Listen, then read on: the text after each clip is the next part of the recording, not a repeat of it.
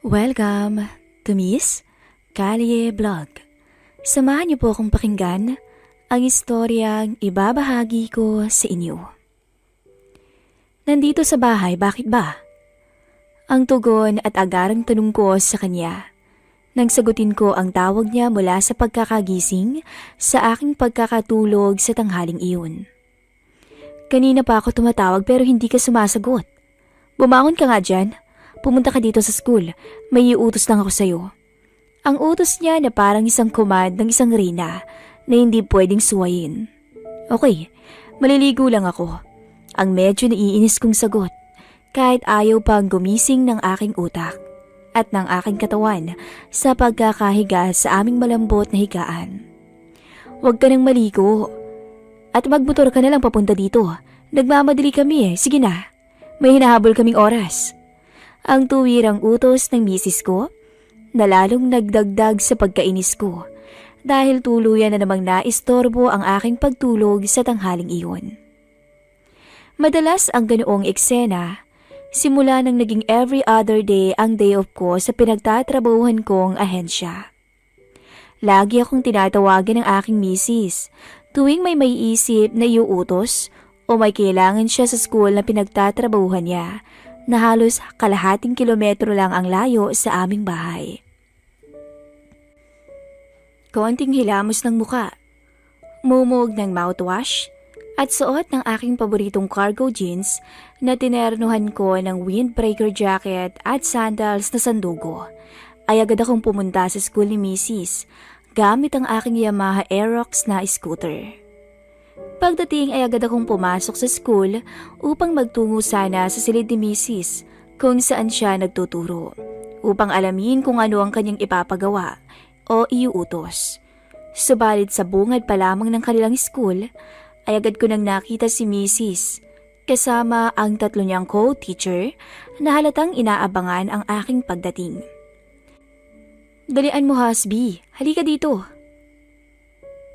Ang kaway sa akin ni Mrs. habang pinapapunta ko sa grupo nila na para bang nasa akin ang kasagutan sa kung anumang problema na meron silang apat na magkaka-co-teacher sa oras na yon. "Kailangang maihatid tong dokumento na to sa division office sa South ngayon." Ang agad na wika ni Mrs. pagkakuha sa isang malaking brown envelope na hawak ng isang kasama niya. "Saan ko dadalhin yan?" Ang tanong ko kahit pa may idea na ako kung saan yung division office at south na sinasabi niya. Dito sa Caloocan North kasi kami nakatira.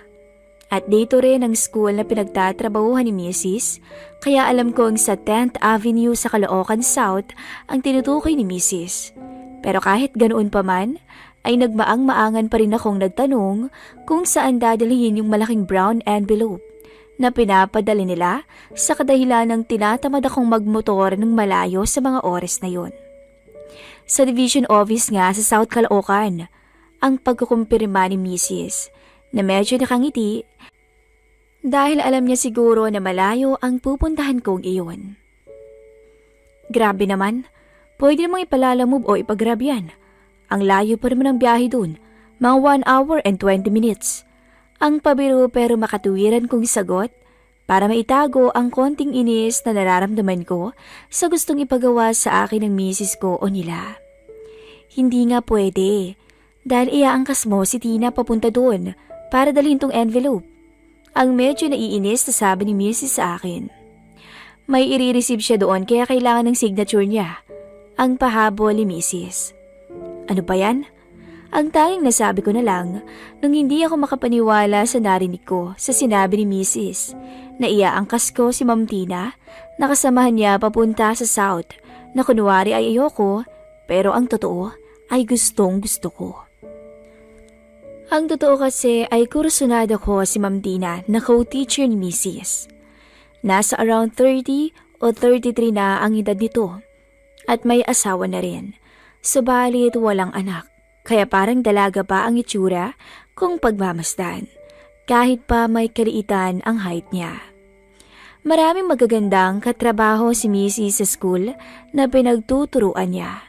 Pero bukod tanging si Ma'am Tina lamang ang tipo ko.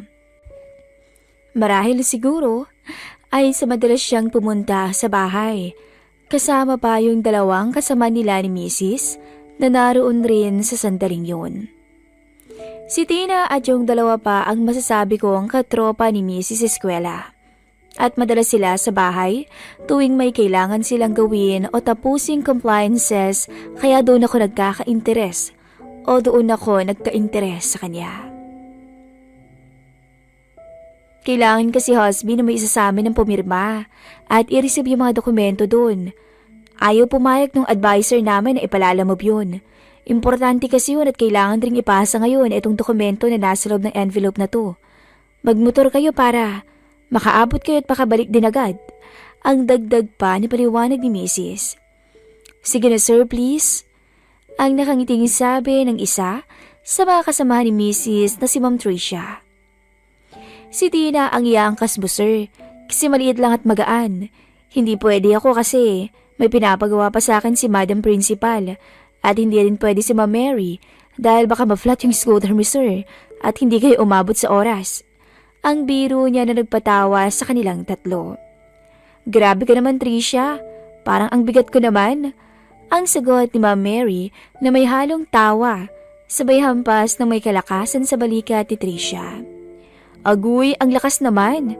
Magdahan-dahan ka naman. Mababalian ako sa inong buto eh. Ang sabi ni Tricia na may halong overacting na lalong nagpatawa sa kanilang apat na magkakatropa. O sige na husby, lakad na kayo baka hindi umabot sa oras. Mahigit 1 hour and 20 minutes pa naman ang biyahe niyo. Daan kayo sa bahay, kunin mo yung helmet ko at yung jacket ko para magamit ni Tina. Ang utos ni Mrs. sa akin. Ikaw, di ka ba pwede? Ang tanong ko kay Mrs. Para kunwari, ay hindi ako excited na si Tina ang iaangkas ko sa aking Yamaha Aerox papunta sa South Caloocan. Tingnan mo naman yung tiyan ko. Iaangkas mo ko. Baka mamay magka-spotting na naman ako. Ang sagot ni Mrs. na 4 na buwan ng buntis sa mga sandaling yun. Okay, sige na. Bilisan nyo na at baka di nyo na maabutan yung advisor natin. Ang pagmamadaling utos ni Mrs. sa aming dalawa ni Ma'am Tina habang inihaharap ako sa direksyon ng gate ng kanilang school para paalisin na. Let's go po sir. Ang mahinahon pero malambing na boses ni Ma'am Tina na parang tinig mula sa alapaap habang inaaya ko para maglakad patungo ng gate kung saan iniwan kong nakapark ang aking scooter. Wow, pagkakataon ko na to.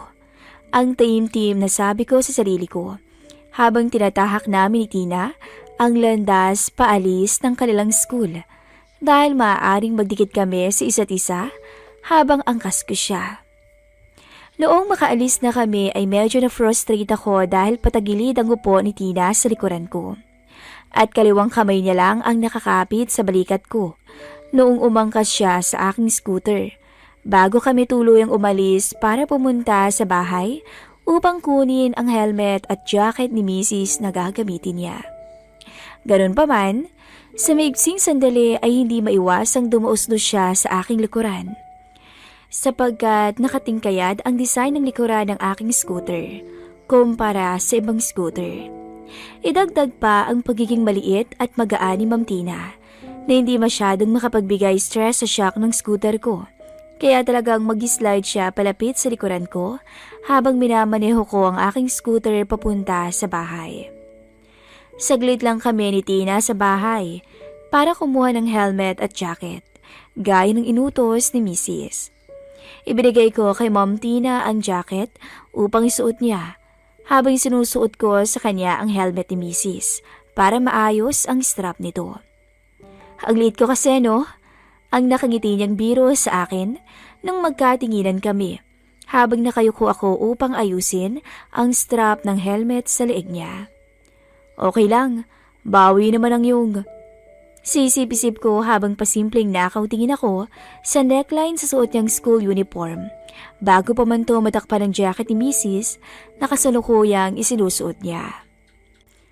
Pagsakay muli naman ng scooter ko, ay naglakas loob na akong sabihin kay Tina na ibahin ang pag-angkas nung napansin kong pumupwesto na naman siyang patagilid para umangkas sa scooter ko. Dinahilan ko na baka mahirapan siya sa layo ng biyahe namin dahil hindi pantay ang upuan ng aking scooter at mahirap kung isang paa lang ang nakaapak sa footstep. Oo nga, ang hirap at parang mangangalay leeg ko nito pagpa-side. Tsaka baka mahulog ako sa kabilang side. Ang pagsang-ayo ni Tina na nakangiti na siya namang kinagalak ko ng palihim dahil posible na ang aking ninanais. Teka, paano bang pag-angkas dito? Ang natatawa niyang tanong sa akin nang hindi niya alam ang gagawin kung paano siya makakaangkas na nakaharap sa aking likuran. Iapak niyo muna ma'am yung isa niyong paa dito. Tapos, umakyat kayo at ihakbang niyo yung isang paa niyo sa upuan para maiapak niyo sa kabilang footstep yung isa niyong paa. Ang detalyadong turo ko sa kanya kung paano siya makakaangkas sa scooter ko sa pwestong nais ko. Habang binabaybay namin ang Quirino Highway papunta ng South Caloocan, makailang ulit kong sinubukang magpatakbo ng mabilis at biglang hihinto kapag may alanganing sasakyan na hihinto sa harapan namin upang mag-slide sa likuran ko si Tina. Kahit ilang ulit na dikit ang katawan niya sa likuran ko dahil sa ginagawa kong sadyang biglang pagpreno, ay wala naman akong narinig mula sa kanya na paalala na magdahan-dahan ako sa aking pagpapatakbo at pagpreno. Bagkus ay parang napabuti pa nga yun dahil tinanong niya ako para magpaalam kung pwede raw ba siyang yumakap sa akin. Dahil natatakot siya sa bilis kong magpatakbo noong paintuin kami ng traffic enforcer. Kasabay ang iba pa naming kasabayang sasakyan sa crossing ng Mindanao Avenue. Ikaw ma'am, pwede naman para safe. Hindi naman siguro makikita ng mister mo na nakayakap ka sa akin eh. Ang tugon ko sa kanya na medyo nakangiti habang napagmamasdan namin ang mukha ng isa't isa sa isang side mirror ng aking scooter. Sige sir, yakap ako ha para safe. Ang bilis kasi ng takbo natin. Tsaka hindi naman siguro makikita ni Ma'am Cheche na nakayakap ako sa'yo ngayon. Ang ganitong biro ni Tina, sa biro ko sa kanya, na hindi naman malalaman ng mister niya na nakayakap siya sa akin. Wow, swerte ko naman. Ang mahinang sabi ko noong yumapos na si Ma'am Tina sa akin. Salitang mahina na siya lang ang makakarinig at hindi maririnig ng ibang mga kasabay naming rider na nakahinto rin sa crossing ng Mindanao Avenue. Anong swerte sir? Ang tanong niya sa akin nung marinig niya yung sinabi ko na yon. Wala, sabi ko swerte ng mister mo pag niyayakap mo siguro. Ang simple pero makahulugan kong sagot sa kanya. Sa mahinang boses lang na kami lang ang nakakarinig. Bakit naman swerte ng mister ko sir pag niyayakap ako?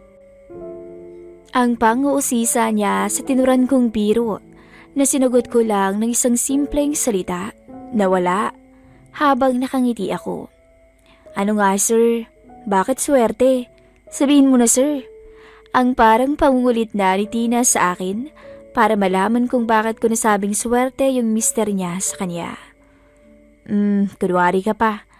Alam mo naman ang sagot. Nagmamaang-maangan ka pa. Ang mahina pero nakakatawa kong sagot kay Tina. Na sa isip-isip ko na nagigets niya yung ibig kong sabihin.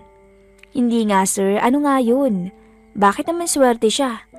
Ang pagmamaang-maangan niyang tanong na sinagot ko na ng diretsyo. Ang hot mo kasi ma'am. At ang ganda pa. Ang sabi ko habang unti-unting umaatras ng bahagya. Walang sagot si Tina sa birong may halong katotohanan. Bagkus ay kumalasto sa pagkakayakap sa akin at ibinalik muli sa magkabilang balikat ko ang kanyang kapit para ilayo na rin ang kanyang sarili sa akin. Naisip ko tuloy na parang mali yung binitawan kong salita sapagkat hindi na siya yumapos sa akin hanggang igaw na ng traffic enforcer ang daloy ng trapiko para sa linya namin. Muli kong pinatakbo ang scooter ko. Nangihinayang ako kung hindi lang sana ako nagsalita ng ganun. Inisip ko na nagkamali ako at ganoon na lang ang mangyayari buong biyahe namin. Yung nakakapit na lang siya sa magkabilang balikat ko habang pupunta kami sa South Caloocan hanggang makabalik kami sa North Caloocan. Pero hindi ko inaasahan na sa paghinto uli namin sa may bandang Tandang Sora Avenue dahil inabutan kami ng red light ay muli na namang yumapos sa akin si Ma'am Tina. Yakap na may halong ngiti at lambing sa pamamagitan ng pagdikit niya ng kanyang muka sa aking balikat. Noong tingnan ko siya sa side mirror ng scooter ko, na kanya namang napansin. Kaya napangiti na lang rin ako sa kanya, na ginantihan naman niya ng isang manipis na kurot sa aking tiyan.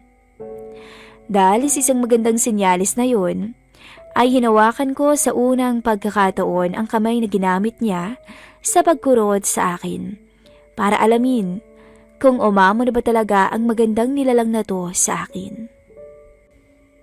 Hindi nga ako nabigo dahil walang pagtutol si Tina nang subukan kong makipag-holding hands sa kanya na may halong pagpisil sa palad na animo ay para kaming mag-asawa o magkarelasyon.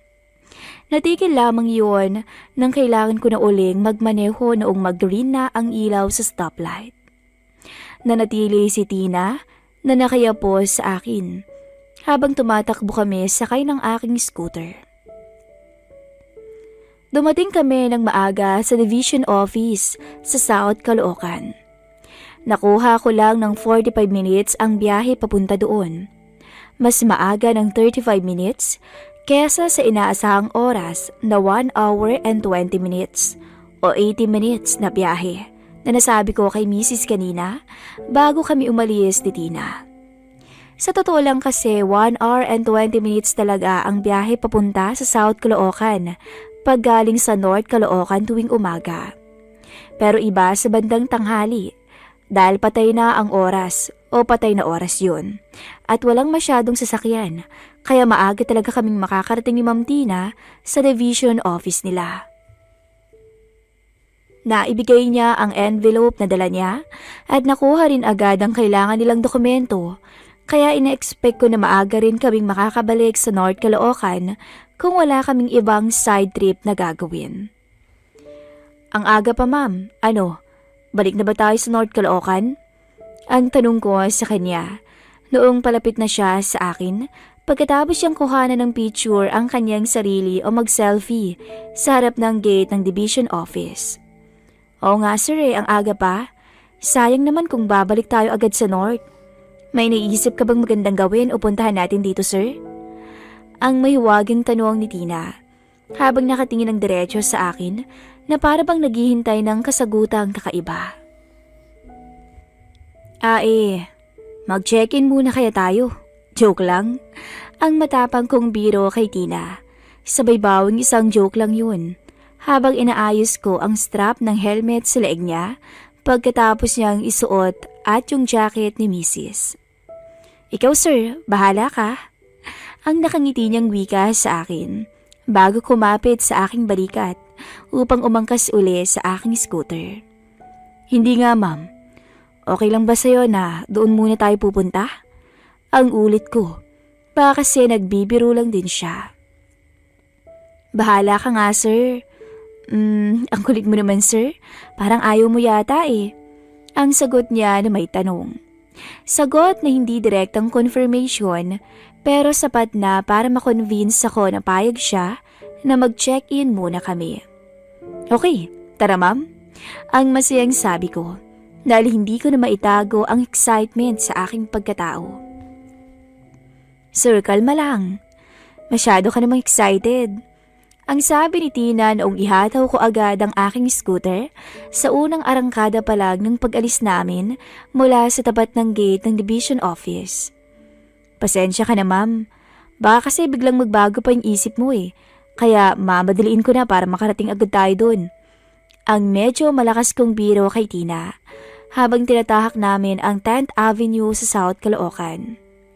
Halos hatiin ng scooter ko ang kalsada ng 10th Avenue, B. Serrano Street, EDSA southbound, Balintawak, pabalik sa EDSA northbound, at patungo ng bagong baryo, kung nasaan ang munting hotel kung tawagin ko dahil halos 10 minuto ko lang binaybay yun galing division office. Pinahinto muna ako ni Tina sa kalsada kung saan abot tanaw na namin ang entrada ng mga sasakyan patungo sa lugar para mag-update raw muna siya sa misis ko at sa GC nila. Medyo kinakabahan ako nang sabihin ni Tina yun. Iniisip ko kasi na baka isang patibong lang ang lahat ni misis at si Ma'am Tina ang ginawang pain para subukan ako. Pero napawi rin lahat ng kaba ko nang marinig ko yung sinabi ni Ma'am Tina sa misis ko habang kausap niya to sa kanyang cellphone. Friendship, kadarating lang namin dito sa division office. Naibigay ko na yung envelope, kaso kaalis lang ng advisor natin kasama yung ibang head para mag-snack. Hintayin na lang siguro namin. Hindi naman naabot ang 15 minutes yung mga yun eh. Ang pagsisinungaling na ulat ni Tina sa aking misis. Okay na sir. Mag-send naman ako ng picture ngayon sa GC namin na kunwari nasa division office ako. Nag-picture ako dun kanina ng marami. Ang sunod-sunod itong sabi na siyang nagpabilib sa akin. Ang galing mo palang gumawa ng kwento, ma'am. Napaka-natural. Ang natatawa ko nilang nasasabi noong nakapag-send na ng selfie niya si Tina sa group chat nilang apat ni na Mrs. Tricia at Mary na kunwari ay naroroon pa siya sa may gate ng division office para sa update na sinasabi niya bago kami tuluyang nagtungo sa entrada ng lugar para sa mga may sasakyan. Inihinto ko ang scooter ko sa tapat ng babaeng nakatayo na siyang nagsisilbi bilang cashier at attending officer para sa mga taong gustong mag-check-in sa kwarto na may sariling parking lot. Parang inaadya talaga ng pagkakataon na maging maswerte ako sa araw na yun dahil maraming bakanting kwarto na may sariling parking lot at hindi na namin kailangang maghintay na may mag-a-out. Diretso sa room na may sariling parking lot, agad kami ni Tina na itinuro sa akin ng attending officer pagkatapos kong magbayad at bumili ng 2 bottled water. Sa sobrang excitement, ako na ang nagbaba ng roll-up door noong makita kong kumpleto naman ang unan, kumot, tuwalya at hygiene kit sa loob ng kwarto na binigay sa amin. Hindi ko na hinintay na gawin pa yon para sa amin ng room boy na busy sa pag-aasikaso sa naunang sasakyan na dumating kaysa sa amin. Bakit parang kabisado mo na dito? Siguro palagi kang nandito, no? Ang hindi ko alam na pagtataka o pagbibiro ni Tina noong nasa loob na kami ng pribadong kwarto. Ano kasi, ilang beses na rin kami nagpunta dito ni Mrs. Nung girlfriend ko pa lang siya. Dumadaan din kami dito pag sinasamahan ko siyang pumunta sa division office niyo noon.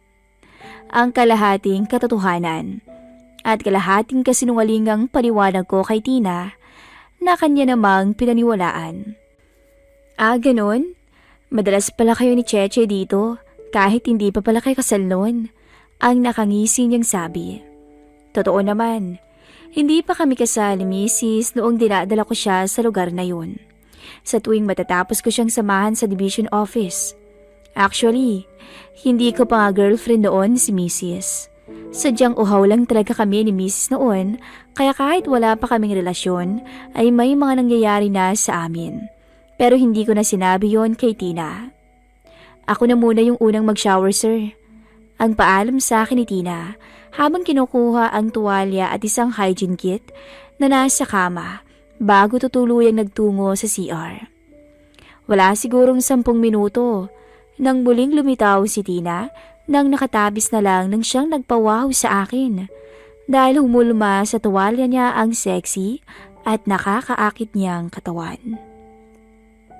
Parang hindi siya teacher kapag hindi naka-uniforme dahil sa height niyang 4'11" na naitanong ko sa misis ko dati. Samantalang 5'11" naman ang height ko. Kaya malayo ang height discrepancies naming dalawa na siyang nagpapa-excite sa akin dahil naaalala ko sa height niyang yun yung girlfriend ko dati na kasing liit niya na halos mawala ng malay kapag nasa kama kami. Ang swerte ko naman. Ang nakangiti kong sabi habang papalapit ako sa kanya Pero agad tong umiwas at inutusan ako na mag-shower muna. Kaya dumiretso na lang ako sa banyo pagkakuha ng isang tuwalya at hygiene kit. Hindi na ako nagtuwalya nang lumabas ng CR. Pero napansin kong madilim na sa loob ng kwarto namin. Marahil pinatay na ni Tina ang lahat ng ilaw kanina. Kaya sinadya kong hindi isara ang pintuan ng banyo kung saan ako galing para magkaroon ng konting liwanag. Yung pinto ng CR, sir, baka pwedeng pakisara. Ayoko nang may ilaw eh. Ang pakiusap niya habang nahihiyang tumingin sa akin. Okay lang yan. Sakto lang ang liwanag na yan. Hindi maliwanag at hindi rin madilim. Sakto lang para makita ko yung cute mong mukha at iba pa. Ang pagtanggi ko sa pakiusap niya habang pinipilit kong hilain pa ibaba ang puting kumot na bumabalot sa kanya na kanya namang pinigilan kunwari. Wow! Ang tanging nasabi ko na lang ng kusa. Dahil sa pinaghalong paghanga, pagkatakam, at kasiyahan nung bumungad na sa akin ang lahat kay Tina pagkatanggal ko ng kumot. Unti-unti akong sumampa at yumakap sa magandang binibini na pilit sinasabi ng isara ko ang CR para mawala ang liwanag. Tumanggi pa rin ako. Ayoko kasi ng tinatawag ng iba na lights off. Feeling ko kasi para akong bulag kapag ganoon. Oo, nandun yung intense at sabik. Pero hindi ganun dahil hindi ko masilayan yung reaksyon sa mukha ng babae. Unti-unting dumapo ang halik ko kay Ma'am Tina, patungo sa tenga pa ibaba. Kisabay ng haplos ko ay napakagatlabi na lamang siya. Umari ko ang katawan hanggang sa tuluyang mawala sa sarili. Kung hindi nga lang bawal, ay baka nag-iwan pa ako ng pulang marka sa kanya. Kaso baka magkagulo. Kaya kinalimutan ko na lang yung bagay na yun. Nasabi ko pa nga ng swerte talaga ng mister niya. Pero ayaw niyang banggitin ko ang mister niya dahil baka makonsensya daw siya. Pero totoo naman. Sa kabilang banda kasi ay parang nakakapagdagdag intense sa akin yung mga ganong eksena. Yung iniisip ko na may lalaki kong inagawan ng putahe. Nang mga sandaling yun, walang pagtutol si Tina sa akin. Nakapikit lang to hanggang sa kusang binukas niya ang mga binti at iyakap yun sa aking bewang na parabang hinihiling nito na wag na siyang pag-antayin pa. Sa puntong yun, wala akong sinayang na sandali. Halos magmakaawa at kumapit ng mahigpit sa aking braso si Tina nang sa wakas ay madala ko siya sa alapaap. Hindi ko makakalimutan ang reaksyon niya. Ang maganda niyang mukha na halos panaw ng ulirat habang nagmamakaawa sa akin. Pagmamakaawa, nasanay hindi na matapos ang sandaling nasa kama kami at sabay na nagkasala. Doon inamin ni Tina na higit daw ang aking kalamangan sa mister niya pagdating sa kama. Doon din inamin sa akin ni Tina na gustong-gusto niyang magka-baby. Kaso nga lang ay pareho silang may problema ng mister niya. Kaya pareho rin raw silang nagpapadoktor. At may iniinom na gamot para magka-baby. Posible naman raw magka-baby sila. Kaya lang habang tumatanda sila, ay paliit na ng paliit ang chance na magkakaanak pa sila. Kaya bago kami masatisfy sa isa't isa, ay binuhos ko lahat ng makakaya ko para matulungan si Ma'am Tina sa kanyang problema. Para sa akin kasi isang karangalan ang matulungan ng isang magandang ginang na hirap magka-baby. Bago sa akin na mag-request ang babae ng ganun. Kadalasan kasi, nakikipaghiwalay sa akin yung mga nakakarelasyon ko na dati na may iniingatang karir o pamilya dahil takot silang madisgrasya ko at masira ako ang kanilang buhay o pamilya. Kaya wala akong maramdaman na takot o kaba sa mga sandaling yun. Dahil naiisip ko na parang tulong ko na lang rin yun kay Ma'am Tina at sa mister niya. Yung pagtugon ko sa hiling niya para magkaanak sila. At hindi naman yon mahalata ng mister niya at ng misis ko sa mga early years kung sakali nga na magbunga ang aming kasalanan.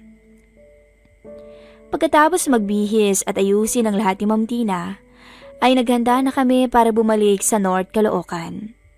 Muli, angkas ko siya sa aking scooter na Yamaha Aerox, habang nakayakap siya sa akin at nakadikit sa likuran ko.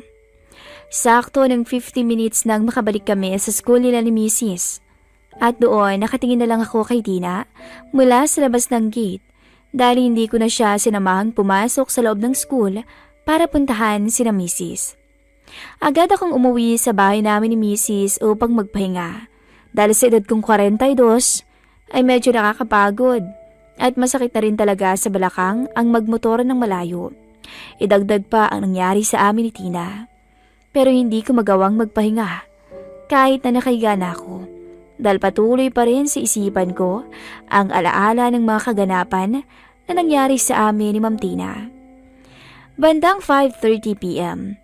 nang mapansin kong umuwi na ng bahay namin si Mrs. Pero hindi siya nag-iisa dahil naririnig ko ang boses ng mga ka-friendship niya maliban sa boses ni Tina na hindi normal dahil maingay ito kapag pumupunta sa bahay. Kaya lumabas ako ng aming kwarto para tingnan kung kasama nila si Ma'am Tina dahil parang hinahanap-hanap ko agad siya nung araw na yun kahit pa saglit pa lang na gumawa kami ng kasalanan. Walang paglagyan ng saya ko nung makita kong kasama rin nila si Tina at nagkatinginan kami nito. Pero syempre hindi ko yun pwedeng ipalata sa kanila kaya pinilit kong umakto ng normal katulad ng mga dati kong ginagawa tuwing naroon sila sa bahay. Naroon sila sa bahay namin para pag-aralan yung mga dokumento na kinuha namin ni Tina sa division office. Mga dokumento yon na binigay ng kanilang advisor para sa kanilang doctorate degree na usually sa bahay talaga namin nila pinag-aaralan. Kaya maraming beses kong natingnan si Tina sa mga sandaling yun na hindi ko naman nakitaan ang pagkailang sa aking misis. Parang wala lang. Normal na normal ang pakikitungo niya kay misis, na tropa niya at parang ate na niya akong ituring. At ganoon rin naman sa akin tuwing makikihalubilo ako sa kanila pag tinatawag ko ni misis para tulungan sila. Pagsapit ng gabi, ay tumambay ako sa maliit naming beranda na lagi kong ginagawa para abangan ang pagdaan ni Tina na laging sinusunto ng kanyang mister kapag ginagabi to sa amin. At ganoon rin naman yung paglabas ng dalawa pang tropang co-teacher ni Mrs. na lagi ko namang hinahatid ng aking kotse sa National Road para makasakay naman ng jeep. Maya-maya pa ay tapos na nga ang group discussion nila Mrs. At dumating na nga ang mister ni Ma'am Tina na galing sa trabaho, sakay ng kanyang scooter na Yamaha NMAX na version 1 para sunduin siya.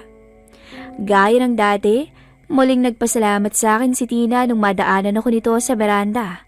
At ganoon rin ang kanyang mister na laging bumabati sa akin na lagi ko namang sinusuklian ng sangiti o pagtango bago sila umalis. Tagumpay, mukhang walang bulilyaso. Ang sabi ko sa sarili ko habang tinitingnan ko paalis si Tina, angkas ng kanyang mister sa kanilang Yamaha NMAX. Simula noon, ay maraming beses pang nagtabi kami ni Tina sa kama para dagdagan pa ang kasalanan namin na hindi namin maiwasan. Isang araw, habang binabantayan ko si Mrs. na nakakonfine sa hospital dahil kakatapos lang nitong isilang ang aming kalawang anak, ay dumalaw ang ilang mga katrabaho niya para kumustahin siya at makita na rin ang aming bagong silang na baby. Kasama nila si Tina at masaya nilang pinalita kay Mrs. na buntis na rin to. Balita na nagpakabog sa aking puso, lalo na nung palihim na magkatinginan kami nito. Sa wakas friendship, natupad na rin yung pangarap mo, magkakababy na rin kayo ni hubby mo. Ang masayang bati ni Mrs. habang nakahawak to sa kamay ni Ma'am Tina na nakangiti lang. Noong araw na yon, pagkatapos lang dumalaw kay Mrs., ay nagpadala ako ng mensahe kay Tina sa pamamagitan ng text message para batiin rin siya. Hindi ko alam sir kung sino sa inyong dalawa ng mister ko ang ama nitong pinagbubuntis ko. Kayong dalawa lang naman ang lalaki sa buhay ko eh. Pero wag kang mag-alala sir. Hindi ako manghihingi ng support. At wala ring makakaalam kahit sino na ikaw ang ama nito, kung sakaling sa'yo nga to. Maraming salamat sir. Ang mensaheng sagot ni Tina, nagad ko rin namang binura para walang ebidensya. At doon na nga natapos ang lihim naming pagkikita ni Ma'am Tina na alam naming kapwa na hinding-hindi namin makakalimutan.